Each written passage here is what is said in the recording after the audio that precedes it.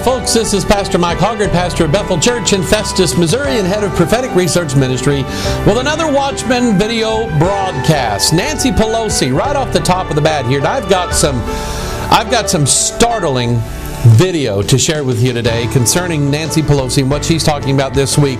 You've heard all of the flap about this Ground Zero mosque that's going in near the site of the World Trade Center, and who's for it and who is against it, and then Barack Obama coming out, sticking multiple feet in his mouth over the deal. By the way, did you see the polls this week?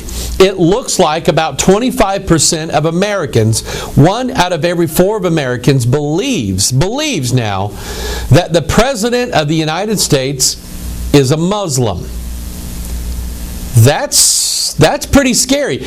Not the fact that they believe it, but the fact that if he is a Muslim, we have taken a turn in this country. And so he's come out saying all the wrong things about this thing. And by the way, this is the same president that basically dissed all the people on the National Prayer Day. You know, he said, I can't go to that prayer thing. You know, I just don't really what he didn't want to do was he didn't want to make the Muslims mad. And so, does he believe in prayer? Yes, he does. In fact, the White House comes out this week and says, well, everybody knows he's a Christian. I mean, he prays every day. Okay, but praise to who? And he has this prayer ding. He is the one that led the, Ramadan? He led the Ramadan celebrations right out of the White House of the United States of America. Oh, this is not a Christian nation anymore. Anyway, Nancy Pelosi is jumping right into this deal because it just really scares her to see people threatening anything that she has to do with or anything she supports. So here is an article. Nancy Pelosi calls for the investigation of WTC Mosque opposition. House Speaker Nancy Pelosi, California Democrat, called for an investigation of those who are protesting the building of the Ground Zero Mosque on Tuesday. She told San Francisco's KCBS radio. She said, quote, "There is no question there is a concerted effort to make this a political issue by some. And I join those who have called for, when I watch this now, I join those who have called for looking into how is this opposition to the mosque being funded." Well, we are releasing here from our top secret broadcasting compound at 1233 American Legion Drive, Festus, Missouri. We are releasing video of showing how the funding, now this basically is in-house video. I oppose the building of a mosque in New York City near Ground Zero. So this is just a video that we're releasing now for the general public showing how I get funded. You won't believe your eyes. Take a look.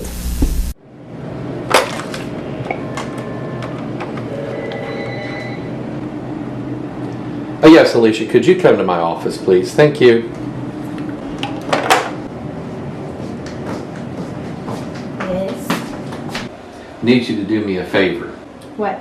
I need some funding. I need some money to go to McDonald's for lunch. Can you do that? Okay, I'll see what I can find.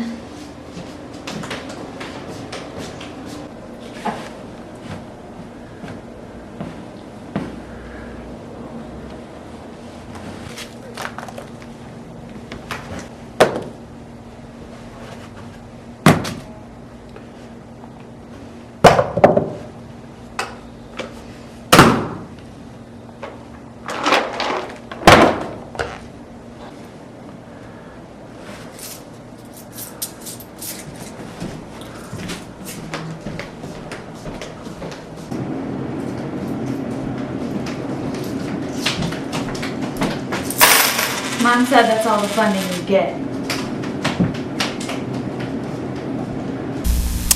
We just love revealing secrets around here. No secrets around here. This is how we're being funded in our top secret broadcasting compound. You remember this? The body scanners that have been going in at airports all across the country, and everybody says, well, they're just going to take a quick look, make sure you got no bombs on you, and then let you go, and then we're going to delete the images. You really believed that, didn't you? Here's an article out. Feds admit storing checkpoint body scan images.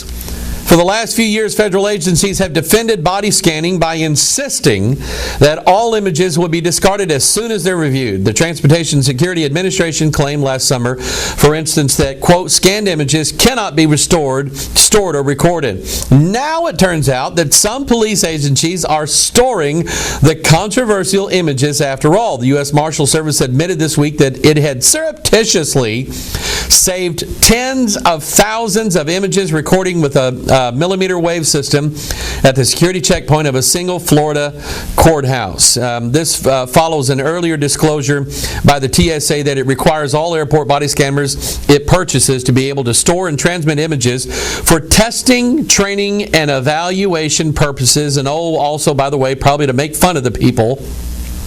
The agency says, however, that those capabilities are not normally activated when the devices are installed at airports. So who do we believe here? Who do we believe? And I promise you, it won't be long before some of these images are leaked and they end up on somebody's YouTube video or somebody's weirdo site out there. Everybody's staring at all these naked people going through the airport. There is no privacy anymore. There is no privacy. In fact, there was an article that came out last week, Google founder telling everybody in the world, hey, at some point you're going to have your name changed. We know so much about you. And there just is no privacy anymore. Here's another one related to that. This is from WorldNet Daily. The article says, state to citizens, no more petitions for you. Proposal would virtually eliminate citizens' right to decide referendums. An amendment of the Massachusetts Constitution proposed by Democrats, who else, could virtually put an end to citizen-initiated referendums in the state. The amendment proposed jointly by State Rep. Brian Rushing in the House and by State Senator Cynthia Stone Cream in the Senate would exclude any citizen petition that deals with issues concerning a person's right to, quote, the enjoyment of life, liberty, and property according to standing laws. Massachusetts Family Association President Chris Minow opposes the amendment, asserting that it would have a chilling effect on the people of Massachusetts. Not only on the people of Massachusetts, but on the people of America in general. One of the founding principles that we have in this country is the ability to petition our government to change or to correct or to make new laws. That is one of the basic, that is the foundation of liberty that we have in this country, is the ability to say, to ask our government, hey, we think we want a different law in this state. Can you change this for us? People going around getting petitions. But I'll tell you, this thing is directed solely at those who oppose gay marriages and those who are taking a stand in this country for moral issues. They're going to end up banning and making it illegal. We're going to get to a point in this country where it's going to be illegal for you to say anything about anything that's going on in government. What happened to the United States of America? What happened to the land of the free? What happened to freedom of speech and the rights to address our grievances with our government? What has happened to that in this country? We ought to keep our eye on this and see what's going on. Here's one that, everybody knows that George Soros and Barack Obama and all his group is part of the New World Order. Everybody knows all this stuff.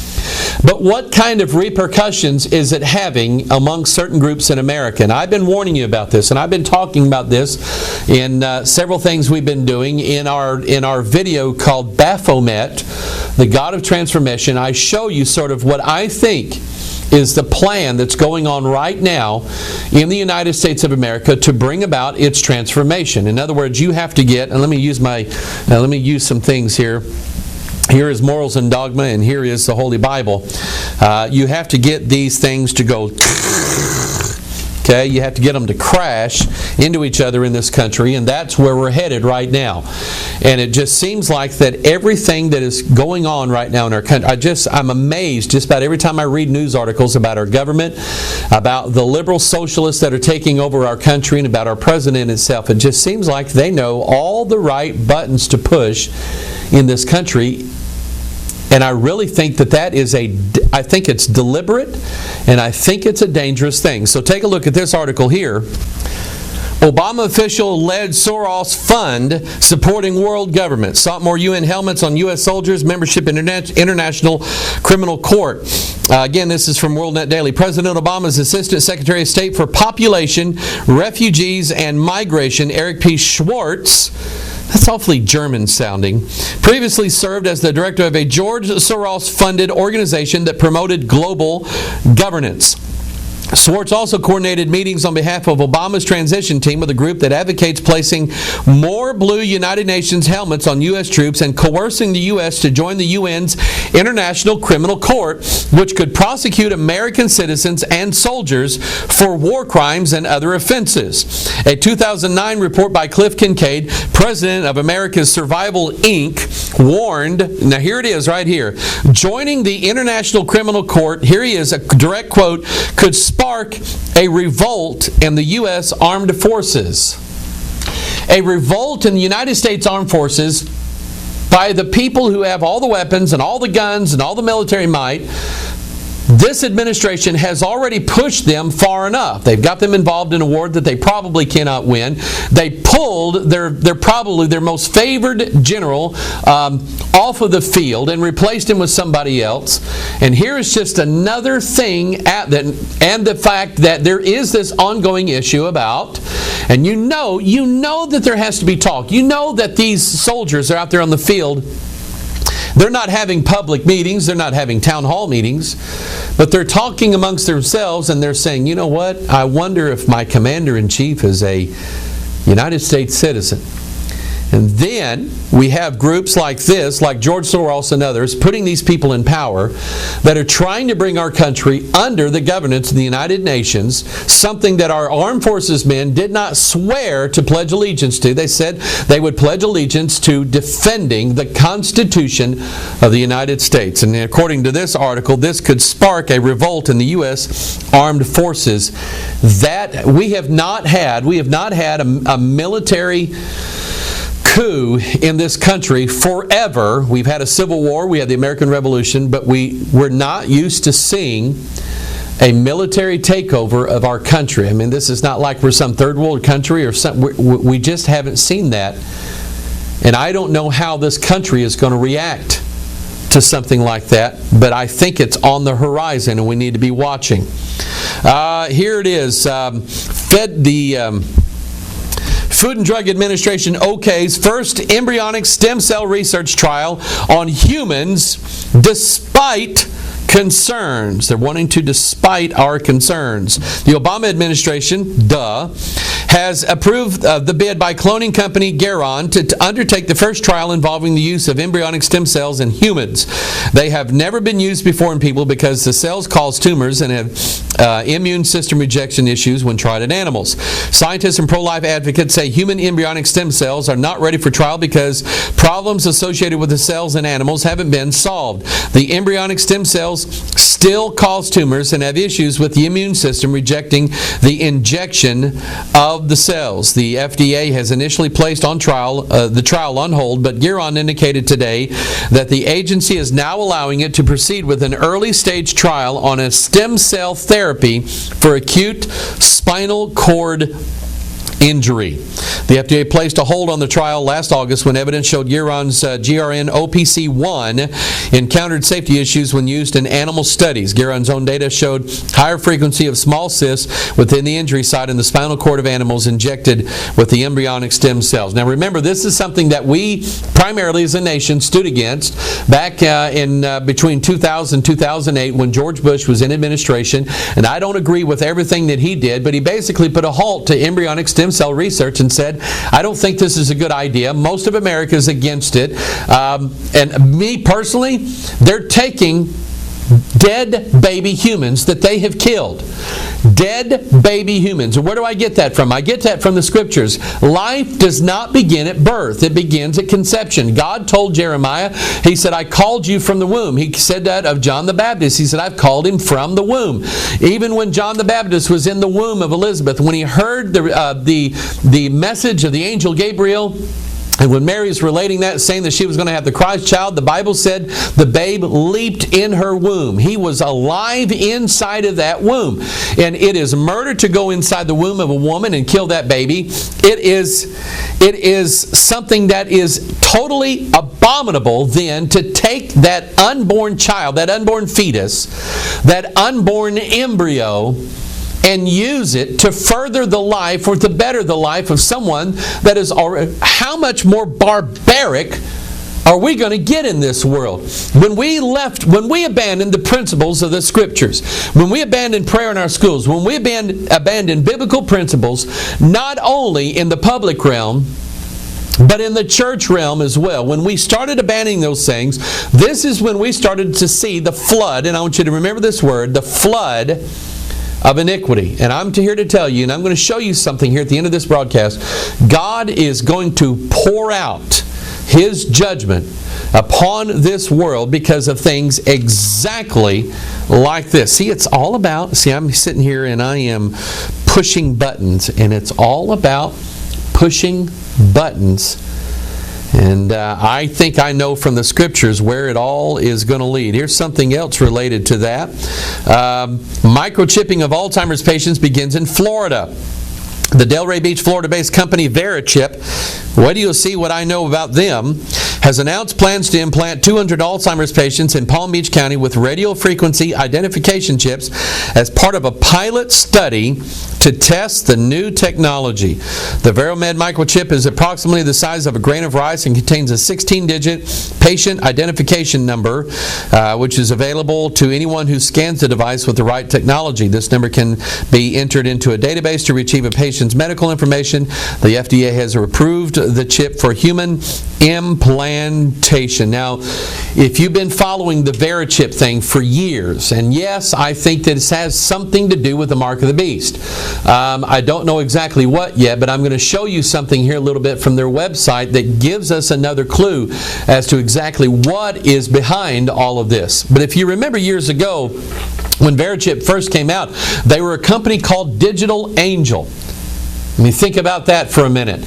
And it was a connection. Their website talked about a connection between humanity or between electronics and the human soul. Now, remember a few weeks ago, we did a Watchman broadcast on the singularity and what it is. And it's merging electronics in with the human body to bring us to Godhood. And this is part of that, and there's no doubt in my mind about it. Because I want to show you a clip here from Verichip's website. I want you to notice their logo. Inside of this, and this is, I guess, meant to represent this grain of rice-sized implant that they put in people.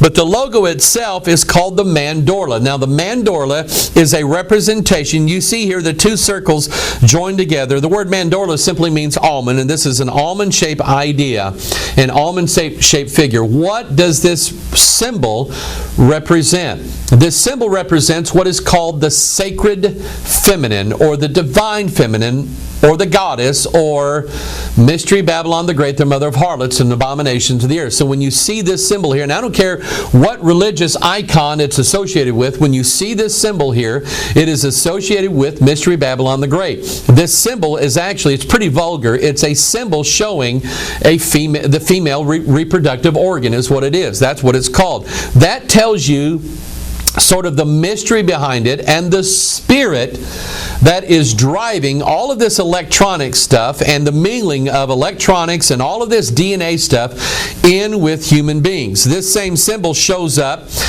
Here is the Washington's monument. Now this obelisk here is the symbol of the male.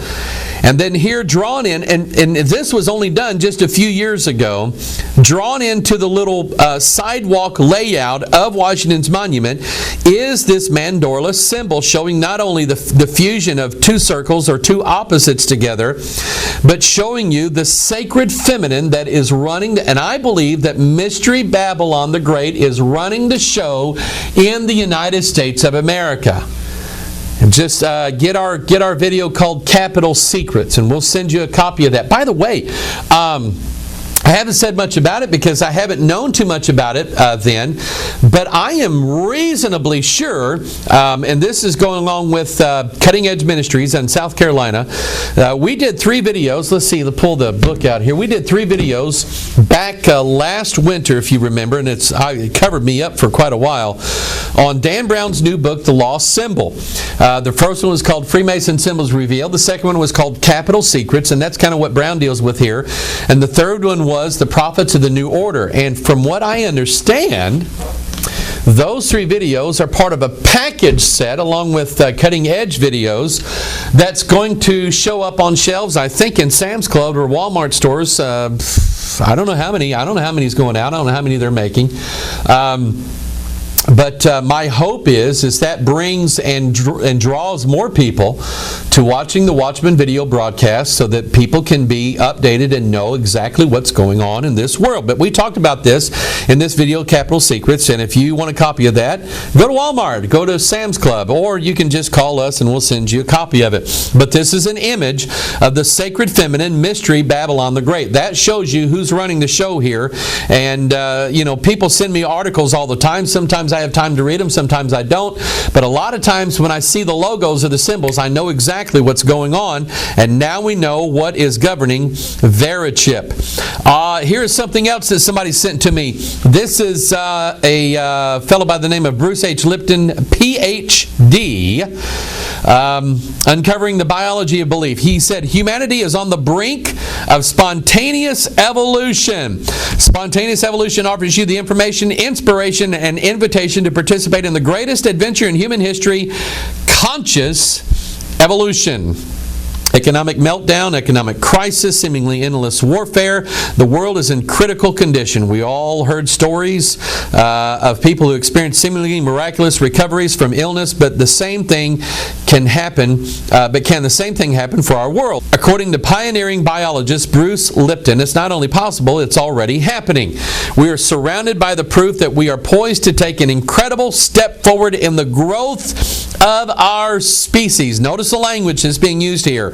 In spontaneous evolution, this world-renowned expert in the emerging, that's an interesting word there, emerging science of epigenetics teams up with the political philosopher Steve Behrman to offer a new and hopeful story about humanity's evolutionary destiny. And I want you to take a closer look here at the top banner of his website. Notice the DNA there on the upper left. And notice the lettering here, uncovering the biology of belief. And I want you to notice the letter O, the letter E, the letter E, the letter O, the letter O, the letter O, the letter E, the letter E. I want you to notice those letters that they have and basically contain the as above, so below sign, the fusion of opposites. And I'm going to show you something more about that here in just a little bit.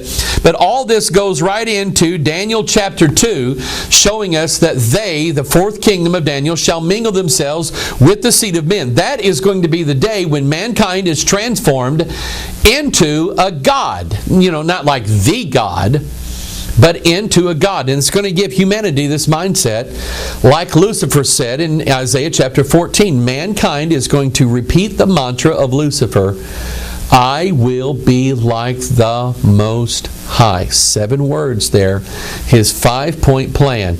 And this is all part of it. Part of bringing to man's consciousness. That's why these logos are being used. By the way, I am studying some things right now. And if you want to help me out with this, be more than welcome to. I am looking into subliminal advertising, subliminal marketing, how the mind works. I saw some fascinating things the other day that really just kind of connected for me why there's so much symbolism going on in everything that is around us. And so if you want to help me do some of the research on that, send it my way. I'd love to see it. All of us working together, we're going to get the truth out. But anyway, the symbolisms and the ideas and all this stuff that's being put out there, that mankind is going to become a god one of these days, in planning in man's mind the plan, I will be like the Most High. I will be God.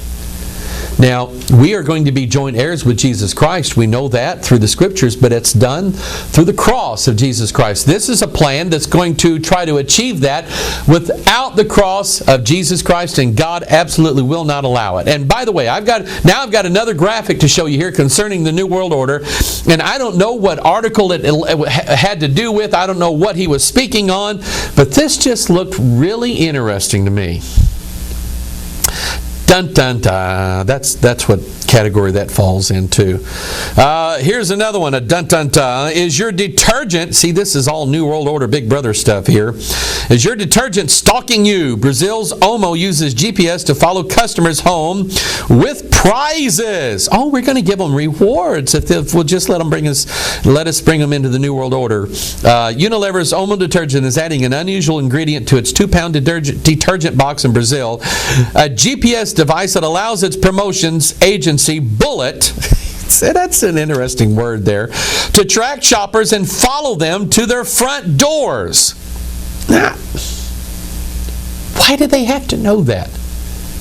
Why do they have to know where I live? Why do they have to know what room I store my detergent? Why do they have to know all that? That's not what it's about. It's about control. Knowledge is power, and the more information they have on you, the more power they can have on you. A brave new world. Somebody sent me this one, and I get it. I mean, I immediately get this. This is from, and I had to ask them what this was all about, what company this. I think this is a wool company, New Zealand wool company that makes all these wool sweaters and I don't know, all kinds of stuff. But here's their product called Icebreaker, and it shows a woman riding, a beast with all these horns. In fact, he's part man and part beast. A woman riding the beast. Let's see, where's it? Revelation 17 is where they get that from.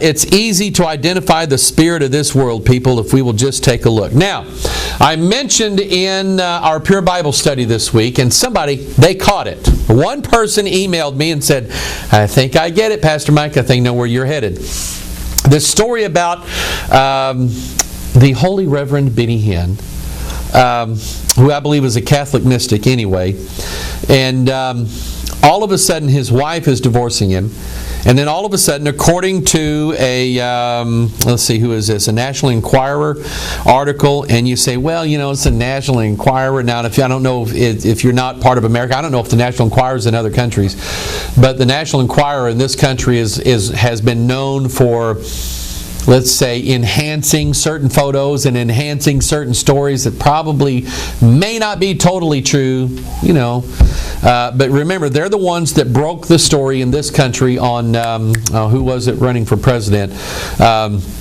With Al Gore. He was running for vice president with Al Gore. I can't think of his name. He had big hair.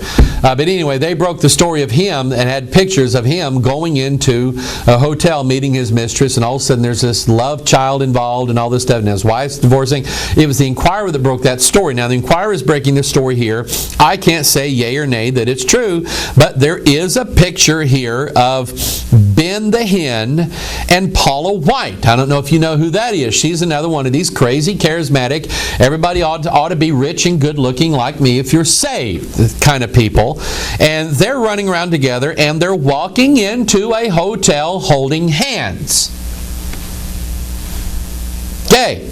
I mean, that's all we know. Okay? That's all we know, and we don't know anything else. That, to me, is not the biggest story. The biggest story is, where is the hotel that they're going into, and why were they there to begin with? The hotel is in Rome. Both of them were there meeting with high-ranking Vatican officials. Why? Well, I wasn't there. I wasn't in the meeting. But it doesn't take, let's see, I am not a rocket scientist and I'm not a brain surgeon, and so I think I'm qualified to make this statement. It doesn't take either one of those to understand. Now, I mean, naturally, you see a guy and a gal walking into a hotel holding hands. There is a conclusion that could be drawn from that. It may not totally be the right one, but there is a conclusion. So likewise, when you see two of these high-ranking, charismatic, and I will tell you this, that I have a deep suspicion, based upon articles that I've been reading for the last probably 25 years, that the whole charismatic movement is a daughter of the harlot, the Vatican. 1963, the whole Vatican II thing, they promised the ecumenical movement, promised to bring everybody in. I do know for a fact, based upon what I've read, that this whole speaking in tongues and Holy Ghost manifestations movement also took place inside Catholic institutions, Catholic colleges, among Jesuit priests, and on and on and on and on and on. I know that Paul Crouch of TBN loves to have Catholic priests up on the stage and talk about how they're Christian brothers. So the question I have is, I think the deeper controversy is, here's Benny Hinn and Paula White, who millions of people all over the world who would never, ever, ever, ever, ever in a million years be Roman Catholic, they're following what these people are doing. And here is these two meeting with high-level Vatican officials. Mystery the Babylon the Great, the mother of harlots, is meeting with her two daughter harlots. That's just what I think. That, to me, is the biggest story that's involved here. Now let's switch keys here. Somebody sent me this website. It's called Core. I think this is Church of the Rock or something like that. And you know me, I'm big into logos and symbols. And I saw this and I'm going, hey, I know what this is. Take a look at this. Take a look at their symbol. And I want you to just kind of ponder this for a minute. Use your imagination. No, don't do that. Just take a look at the symbol real quick and tell me what you think it is. Now, I will also show you this same symbol actually, this is like the credit card I have in my wallet right now. Okay, Chase Bank's logo has that same symbol. What is that symbol? Can you guess? I'm going to give you 3 seconds. 1, 2, 3. That's what it is. It's the swastika. And you say, I knew it! I knew that Chase Bank was linked in with the Nazis. It's a whole lot bigger than that, okay? This is a symbol that the Nazis used. This is a symbol that Hitler used. But why did he use this symbol? Did he invent this symbol? No. This symbol was around for thousands of years. What does it mean? It is a good luck thing. It is a thing. It is a symbol now that gives new life or rejuvenation or resurrection. What is it? And by the way, this same symbol is all in the House of the Temple Lodge in Washington, D.C. It is a variation, Albert Pike talks about it, Morals of Dogma, it is a variation of the cross, which is a picture of the X chromosome. So I want you to get this idea here. In fact, I want you to get this, okay? This is all about, now the religious systems of the world are turning into agents of the transformation of mankind. And here we have the banking systems of the world, so that no man might buy or sell, save he that had the mark or the name of the beast or the number of his name. Even in the Denver airport, the New World Airport was designed in the shape of a great big gigantic swastika, this symbol of the transformation of mankind. Here's a website from a group called Equip and Inspire Conference 2010. The promotion for their new conference, here again, another thing where they're going to shift and change everybody's paradigms. Now let me kind of explain what that is. In fact, they say discover a paradigm change of what you can accomplish. And this is all linked to Godhead, because if you'll listen to the messages coming out of the churches right now, it's all talking about how great you can be and all the potential that you have locked up inside of you. They use terms like spiritual gifts, and we need to do a spiritual gifts inventory to find out maybe listen to the wording here, what your hidden purpose really is in Jesus or in God. and you start hearing sermons about your potential, your destiny, things that there's a church right up here up the road called Destiny Church. It used to be an Assembly of God church. Now it's Destiny Church. Find your destiny. And they're telling everybody that mankind is going to achieve greatness. And what this is a cover for trying to get people to covet and lust after godhood, is what it is. And a paradigm is a way that you think. A way that you think. And you think what... Let's see. You think according... And the old school was you think according to the Bible. You think the way the Bible tells you to think. Now there's going to be a paradigm shift in man's consciousness. A change. Something is going to take place that's going to shift man's awareness. I've heard a lot of speculation, and I think some things are going to be discovered in this world that people, if you're not careful, you're going to believe it. If you're not careful, you're going to believe it. We know a lie is going to be told. We know that Jesus said if it were possible, they would deceive the very elect. Folks, this is why you have to get your mind inside the Bible, is to get so that you understand that there's something that's going to happen that's going to shake the foundations of everything in this world. What is your foundation? If it's on this Bible right here, you will remain standing. All of this has to do with this symbol here. What is this, Pastor Mike? This shows a man. Actually, it's an androgynous figure. It is a male and female. And I don't know if you can catch that by looking at the symbol here of this human, but it is a male and a female together. The androgyny, which is Baphomet, and he's pouring out a pitcher of water. And this symbol is the symbol for the age of Aquarius. You remember this song that came out back in 1969 from the, I think it was a musical called Heirs. This is the dawning of the age of Aquarius. Well, they knew and theorized and they wrote about in this song that we were heading in those days, and those are the days that we're heading in right now. And I did a little research on Aquarius because it's interesting, because there's some things right out of the Bible. Imagine that, right out of the Bible, that's going to open up your eyes to this idea of what Aquarius really is all about. So here's a website that talked about it, and they said, by way of contrast, the age of Aquarius and the Aquarian sun sign are symbolized by an angel. Now think about that. An angel pouring water onto the parched earth.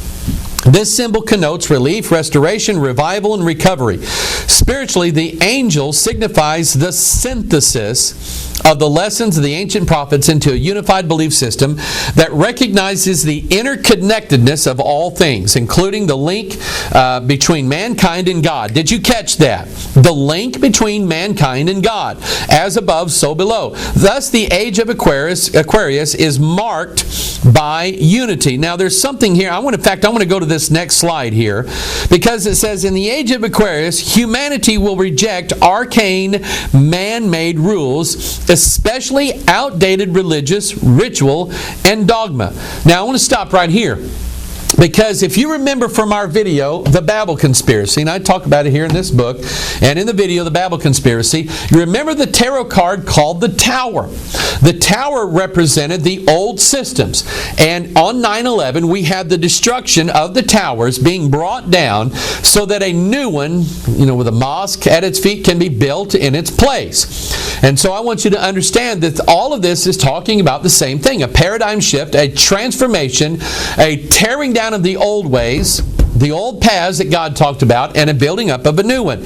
So humanity will reject arcane man-made rules, especially outdated religious ritual and dogma, like prayer and Bible reading and preaching on the blood, since the ancient practices often are counterproductive to the soul's journey back to God. For example, I want you to listen to this now. Clerics, which means, religious pastors, will no longer attempt to mediate between us and God. As such, intervention may actually hamper union. Instead, pastors will teach us how to meditate on and connect to the light on our own so that true soul growth may take place. Now, I want you to get this, because when I read this, I went, now I get it. We did a video called The Mysteries of Contemplative Prayer. You need to get this video to know what's going on in the churches, in your neighborhood, and in your denomination. Because there is a transformation shift taking place. And everybody says, oh, oh, we still believe the fundamentals of the faith. They make it sound real religious. And they say, oh, we believe the Bible. They make it sound right. But the truth of it is that there is a transformation taking place by the pastors, by the Bible colleges, by the denominational leaders. There is a transformation taking place whereby these pastors, instead of leading you to the cross of Jesus Christ and Jesus Christ Himself, who is the only mediator between you and God. You see, there has to be one. There has to be a mediator between you and God, because you are filthy, unrighteous, undone, wicked. There is nothing in you that's any good, and God is holy and cannot be defiled. And you have no right to approach God on your own. That's why when you pray, and I don't care what group you're in, when you pray, especially if you're praying out loud, I believe, I'm just one of these people who believe that you better include the name of Jesus Christ in this prayer. You better be praying in His name. And if that makes you afraid or ashamed, listen, if you're ashamed of God, what does He say? He'll be ashamed of you. Freemasonry. They get together in their little lodges and they pray to the great architect of the universe. They don't pray in Jesus' name because that would be offensive to the Jews and the Hindus and the Muslims and the atheists that are in the lodge. They don't pray in Jesus' name. Why? Because they hate Jesus. And I'm here to tell you, you cannot pray to God without a mediator. And so instead of pastors, the old paradigm, the pastors, instead of the pastors leading people to the cross, where is the mediation between God and men? They're telling, and this, I want to tell you what, when I saw this, I just went, that's it. The Aquarian Age is about throwing down these old rules, and about now the clerics now are going to be telling people, you can go directly to God. You can connect directly to God inside of yourself by meditative, contemplative, chanting a mantra, mind-altering, conscience-altering prayer called contemplative prayer. Whew. I want to tell you something. I know a little bit, in fact, I know a lot about Mike Hoggard. And I know a little bit about God. And I would not want to meet God face to face without the mediator. I would not want to do that. This is the paradigm shift. This is what the Aquarian Age is all about. The article goes on to say Aquarius is an air sign. Does that ring a bell? Which highlights why technology has advanced so rapidly during the Great Cusp. During the Aquarian Age, mankind no longer will be limited to water or land-based systems of communication or travel. Hence, during the Great Cusp, mankind invented telephones, satellites, and the internet, which are all methods of communication. In addition, mankind built airplanes, jets, and rocket ships as air methods of travel. We can expect technology to continue expanding at phenomenally rapid rates. The trick will be managing these advanced air technologies until we have safely passed into the new millennium. Do you remember?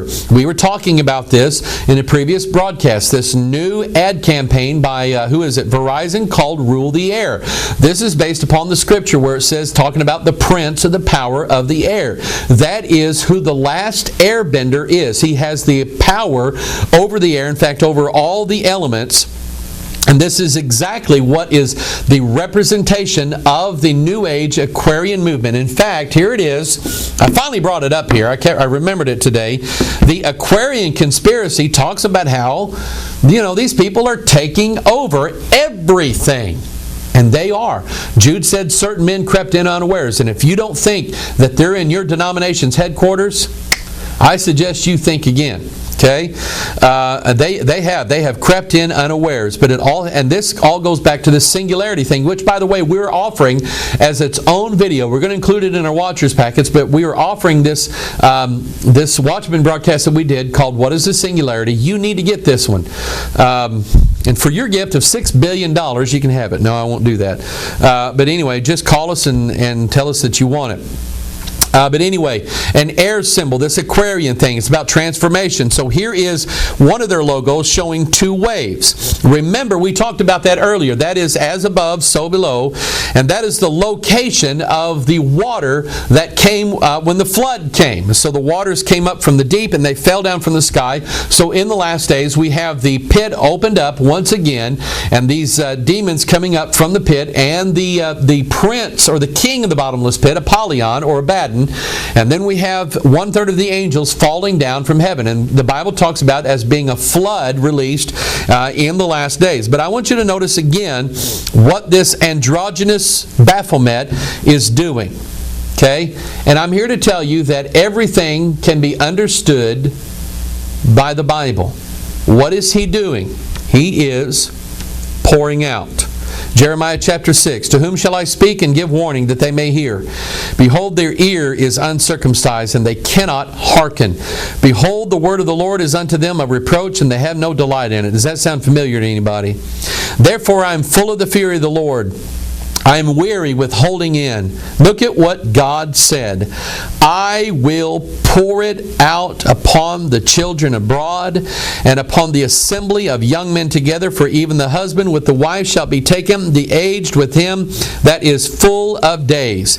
And their houses shall be turned unto others. Verse 12, with their fields and wives together. For I will stretch out my hand upon the inhabitants of the land, saith the Lord. For from the least of them even unto the greatest of them, every one is given to covetousness. And from the prophet even to the priest, every one dealeth falsely. They have healed also the hurt of the daughter of my people slightly, saying, peace, peace, when there is no peace. Were they ashamed when they had committed abomination? Nay, they were not at all ashamed, neither could they blush. Therefore they shall fall among them that fall. Notice the language here, and we talked about this in our Pure Bible study this week. At the time that I visit them, they shall be cast down, saith the Lord. Now look at verse 16. Thus saith the Lord, stand ye in the ways and see and ask for what? Not a new paradigm, not a new way or a new era or a new breed. He said, ask for the old paths, and where is the good way, and walk therein, and ye shall find rest for your souls. But they said, we will not walk therein. Also I set watchmen over you, saying, hearken to the sound of the trumpet. That's the Bible. But they said, we will not hearken. Now I want to stop right here. Here is the old ways right here. This old King James Bible. And notice you go into churches, and do you hear the King James Bible being preached anymore? The answer is, by and large, no, you don't. Nobody preaches this Bible anymore. No one uses it. They might throw some verse up every now and then up on the screen that agrees with their sermon, because it says what they want it to say. But this is the old paths right here. And God said, seek them out. This is the trumpet that we're to hearken to. And God said, you're not going to seek out you want a new paradigm. You want a shift in consciousness is what you want. And I'm here to tell you, watch this now, because God said, is this what you want? Is this what you really want? I'm going to pour it out upon you. Notice what else it's associated with. Samuel said, gather all Israel to Mizpah. This is 1 Samuel chapter 7. And I will pray for you unto the Lord. And they gathered together to Mizpah, and drew water, and poured it out before the Lord, and fasted on that day, and said there, we have sinned against the Lord. And Samuel judged the children of Israel in Mizpah. Now, I like seeing dual themes in the Bible. This is a prophecy. And at the time when God's judgment is being poured out upon the wicked Gentile world. Now watch this. He is going to, in fact, I'm going to wait, see if you can figure this out. Okay? Here is a restoration of Israel. Israel now comes to the place where they say, we have sinned. We have sinned against the Lord. They're confessing their sins and repenting. And God's going to forgive them. Now notice what the Bible says. Psalm 22. This is a prophecy of Jesus on the cross. Look at what he said. I am poured out like water. All my bones are out of joint. My heart is like wax. It is melted in the midst of my bowels. Who is it that's being who is it that's being poured out? Remember what water, if you need to get our video, we just come out with it called Revelation 6:6, and I explained to you what water represents in the Bible. Okay, I'll just tell you, it represents the Bible. Jesus Christ. The Word of God is what water represents. I am poured out like water. He said this concerning the cross. And what happened? Literally, what happened on the cross? When they pierced His side, blood and water, what happened? It was poured out. It issued forth from His side. I just like the Bible. Okay, I love this language. Mark chapter 14, and He sendeth forth 2 of His disciples, and saith unto them, Go ye into the city, and there ye shall meet a man bearing a pitcher of water. Follow him. This was to be the sign of the Passover, the crucifixion, the resurrection of Jesus Christ. It was all initiated by this sign of a man carrying a pitcher of water. Something's going to be poured out in the last days. Look at this, Joel chapter 2. And it shall come to pass afterward, here it is. I'm going to see if you got this, that I will pour out my Spirit upon all flesh. And your sons and your daughters shall prophesy, and your old men shall dream dreams, and your young men shall see visions. And also upon the servants and upon the handmaids in those days will I pour out my Spirit. You see, God, watch this now, and this is the dual nature here of the last days. Because as water was being poured out in the earth in the days of Noah, this water was at one time, it was destroying and judging the earth. It was simultaneously saving the 8 that was in the ark. And remember, this number 8 has to do with circumcision. Men is circumcised on the 8th day. That's a symbol to Israel of their future salvation. And Peter also talked about that 8 is being saved by water. Okay? So water, while it's condemning the world, it is saving these 8.